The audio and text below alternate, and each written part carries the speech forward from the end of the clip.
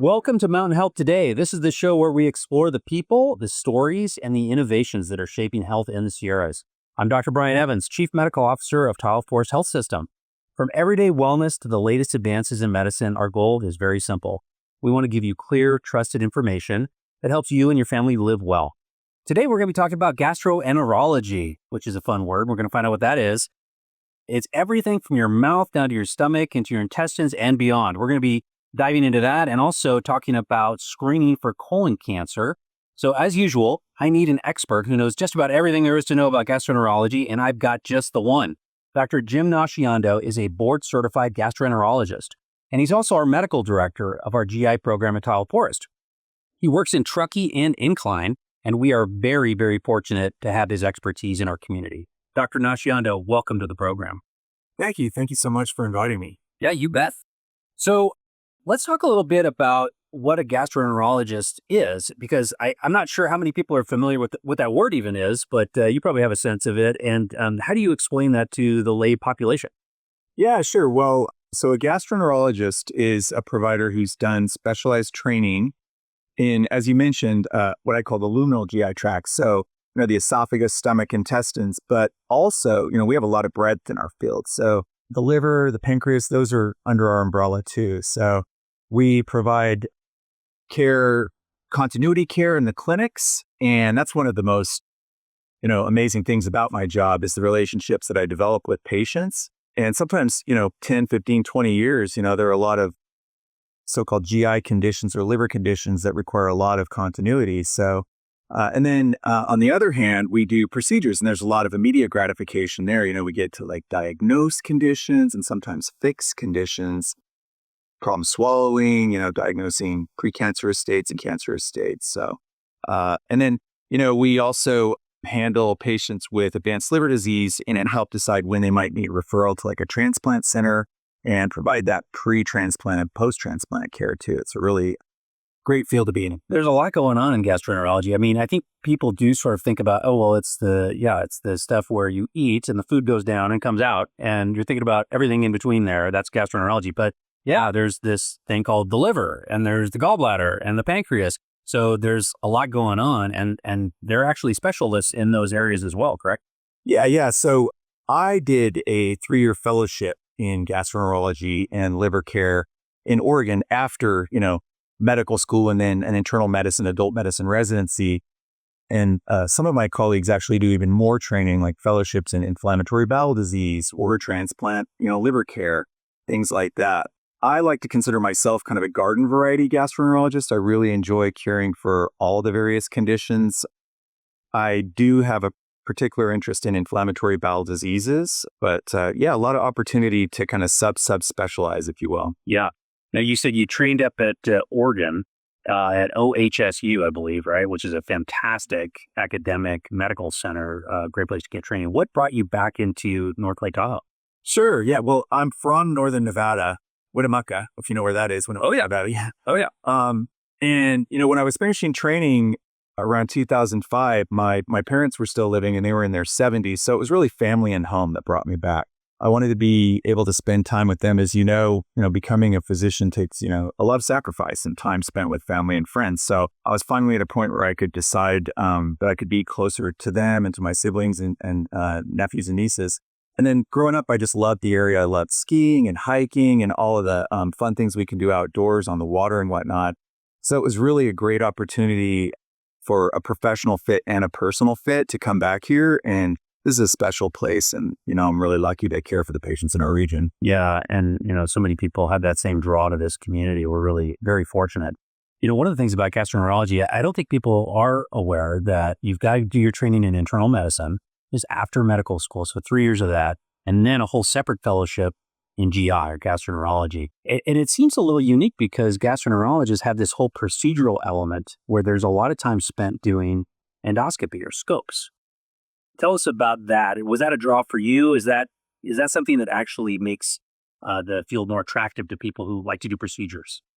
Yeah. I mean, it involves a lot of specialized teaching and getting used to having, a teacher or what we call an attending physician standing next to you and being like, what are you going to move in? Give me that scope, and taking the scope away while you're learning to do these procedures. And, so we spent like half of the day, Monday through Friday, during that 3 years of training doing procedures and learning things like pattern recognition and when to just bail on a procedure if it's not going well and kind of and how to change things and make it so that it is a successful procedure because you want to try to complete, especially, a colonoscopy. Yeah. And we had to get used to doing a lot of conferences called med-surg conferences where those were kind of humbling too, where you kind of get picked apart presenting cases and things by colleagues. And it's just a really intensive, 3 years of training. Yeah, it really is. Well, good. Well, we're glad you completed it and are sharing your expertise with us. I want to talk a little bit about colon cancer. Obviously, we could talk about so many different things, gastroenterology. This could be a 6-hour program here, right? But we don't have that much time. But I do want to cover colon cancer because this is one of the things that is really, it's in the news a lot. It's a concern for a lot of folks.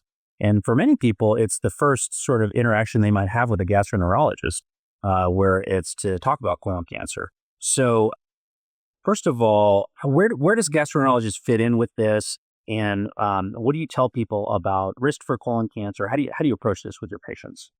Yeah, so the conversation often starts with primary care, and honestly, just in the media nowadays too. I think it's no secret that we're seeing increasing rates of incidence of colon cancer among people less than 50 years of age, right? And that tends to get people's attention.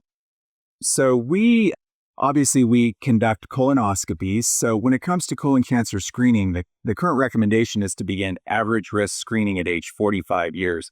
And that was a change. It used to be 50, right? It used to be 50, yeah. So about 10 years ago, the United States Preventive Services Task Force, that is a mouthful, USPS, yeah, noticed that we were seeing these increasing rates among younger people and that about 10% of new colon cancer diagnoses were occurring among people under 50. And so they collected some data and did what's called modeling and came up with the recommendation to lower the average risk screening age to 45. So we are often involved as gastroenterologists in the discussion of what tests to do for colon cancer screening. We have a lot of options. Frankly, they're like the optical tests like colonoscopy or flexible sigmoidoscopy, which is kind of like a shortened version of colonoscopy that just looks at a limited portion of the colon. And then there are the other stool-based tests and even a blood test now. So we get to kind of talk with the patient. It's important to treat the patient as a unique individual and sort of hear what they have to say, what they bring to the table about which test they'd like to have because there are pros and cons. The gold standard is colonoscopy, but the best test is the one that the patient will do. That's what I always say. So, right. If the option is them not doing anything, we want to get them to some sort of screening test. Why is colonoscopy the gold standard? Yeah, so colonoscopy remains the gold standard because, it allows us the opportunity to look directly. So we're not only looking to detect colon cancers, and colon cancer is quite treatable when detected at an early stage, but additionally, we're looking for polyps. Almost always a colon cancer starts out as a benign little bump in the lining of the colon called a polyp. And if we identify a polyp, we can remove it and then send it off for a pathology analysis during a colonoscopy. So it's a test that allows detection of cancers, prevention of cancers, and then a lot of other diagnostics too. So prevention of cancer is just such a big deal. And I think a lot of patients aren't really aware of that fact that when they get a colonoscopy, there could be something done that actually prevents them from having colon cancer in the future. Let's talk a little bit about the other options. So there's stool testing and there's also blood testing for colon cancer. The blood testing is new, right? That hasn't been around for that long. Yeah. So, I think there's been interest in finding kind of a less invasive procedure as the first line screening test for colon cancer, when compared to a colonoscopy. So about 20 years ago, research started looking into the stool-based tests.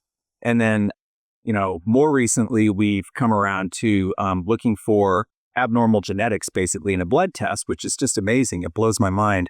And, I firmly believe that we'll continue to have research into that area. And eventually, that's where we'll land as kind of an across-the-board recommendation for the first-line test.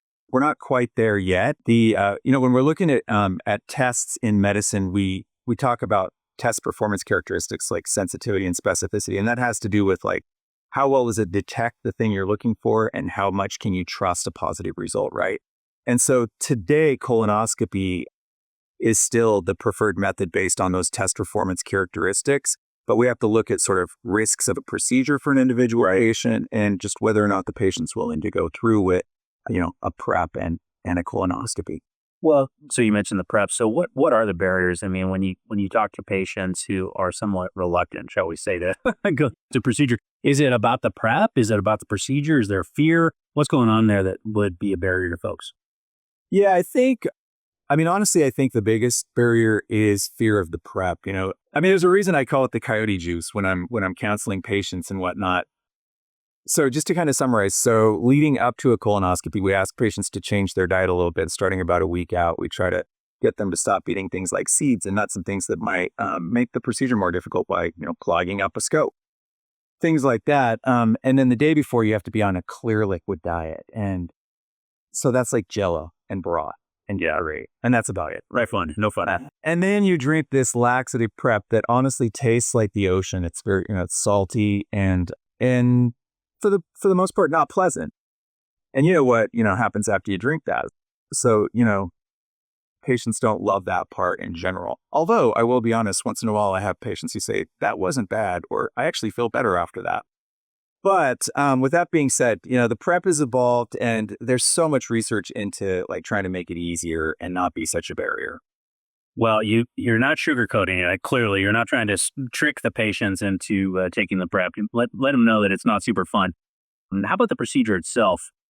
It's a very safe procedure nowadays, correct? Yeah. So, as with most procedures, there are risks, and so we counsel patients. But this day and age, so things that patients want to know about would be things like safety from an infection standpoint. And so, all of the equipment is reprocessed to the highest degree. And, we have so many things that we comply with to make sure that that's happening and so much intensive training for our staff. Patients are afraid of bleeding post-procedure or things like a perforation. That means, a hole being poked. Whenever we put instruments into a hollow organ like this, there's that theoretic potential, but it's very, very rare, right? And we factor those things into the discussions that we have with patients beforehand as far as whether they might be at a little bit higher risk for those sorts of things. But it's really a pretty safe procedure, and especially for the average risk patient.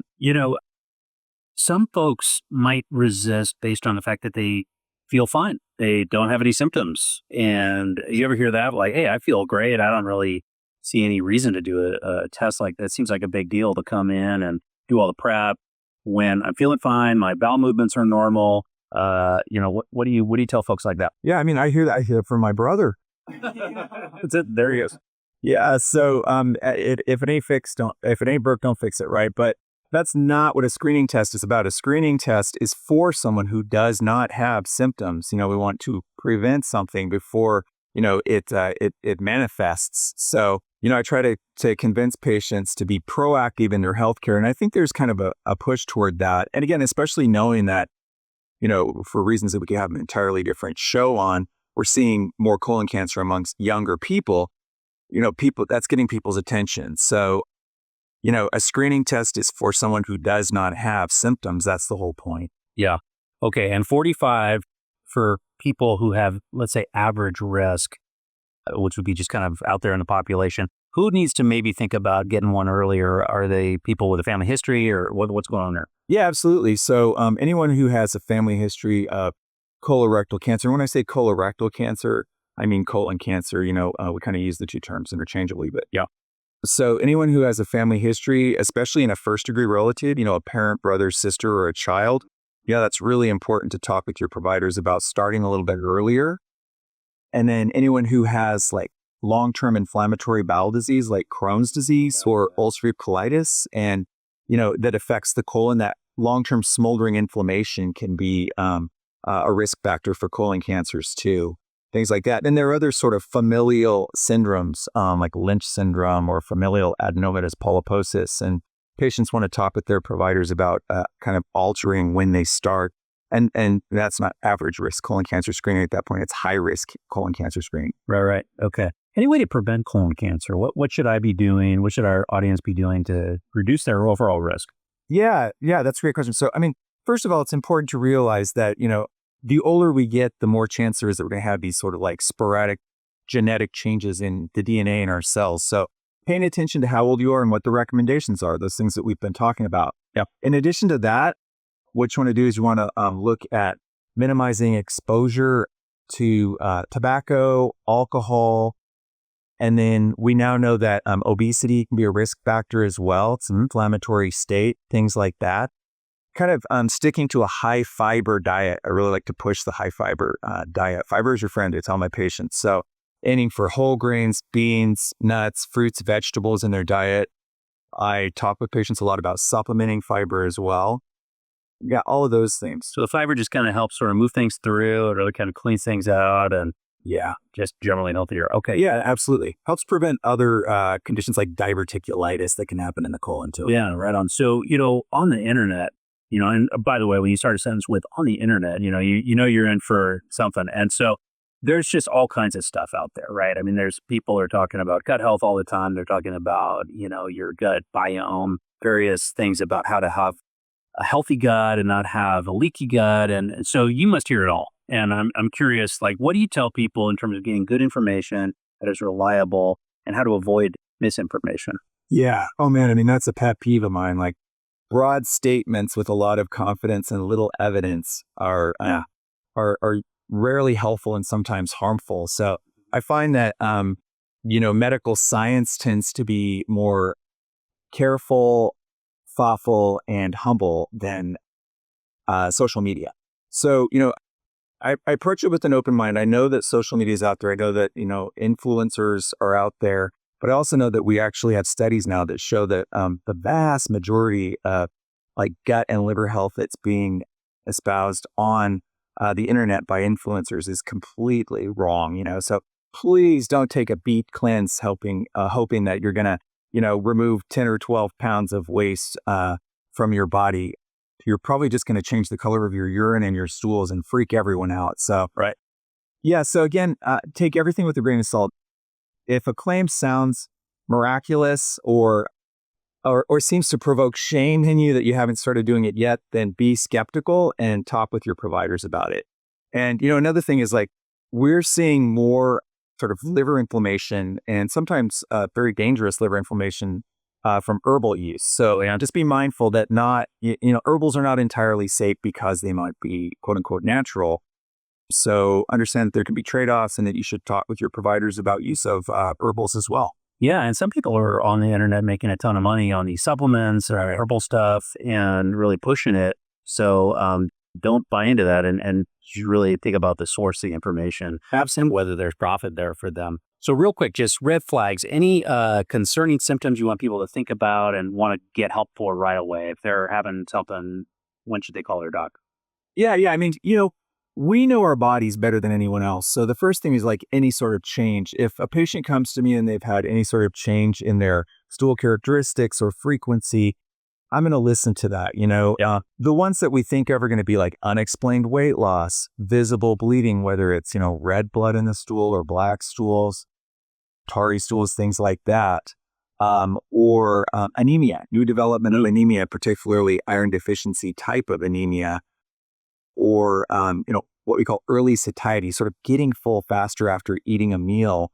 Those are some of the examples of red flag signs and symptoms that might then take a person out of that kind of average risk screening category and into a more diagnostic approach. And, that's where we're happy to be a part of the care partnership and figure out what tests should happen and in what order.